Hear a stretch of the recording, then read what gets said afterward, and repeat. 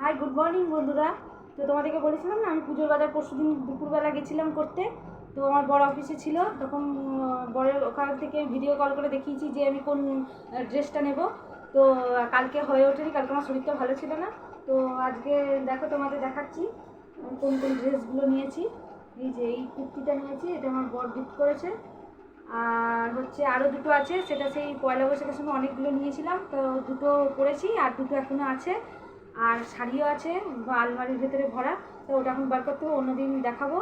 আর মা বাড়ি থেকে দেবে, ওকে জামা প্যান্ট দেবে, আর আমাকে দেবে একটা শাড়ি, আর আমার শাশুড়িমাকে একটা দেবে শাড়ি। তো ও বলেছিল যে অন্য কিছু নেবো, তো কি তুমি তো জামা প্যান্ট নেবে না? আমি ওকে দেবো কিছু গিফট। কিছু না নেবে শোনা গিফট। আচ্ছা, এবার আর একটা জিনিস দিয়েছে আমার বর, সেটা দেখাই। ঠিক আছে,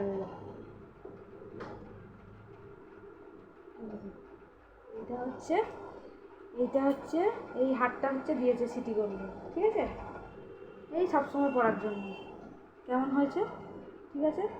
আর আমি আমার বরকে একটা চেন কিনে দিয়েছি, কারণ এখন তো সোনার জিনিসটা সবসময় অল টাইম বাইরে পরে তো বেরোয় না, দিনকাল খারাপ, সেটা এখন সিটি গোল্ডটাই আছে সোনা। ঠিক আছে, বাই। এখন আপাতত এটুকুই রাখলাম।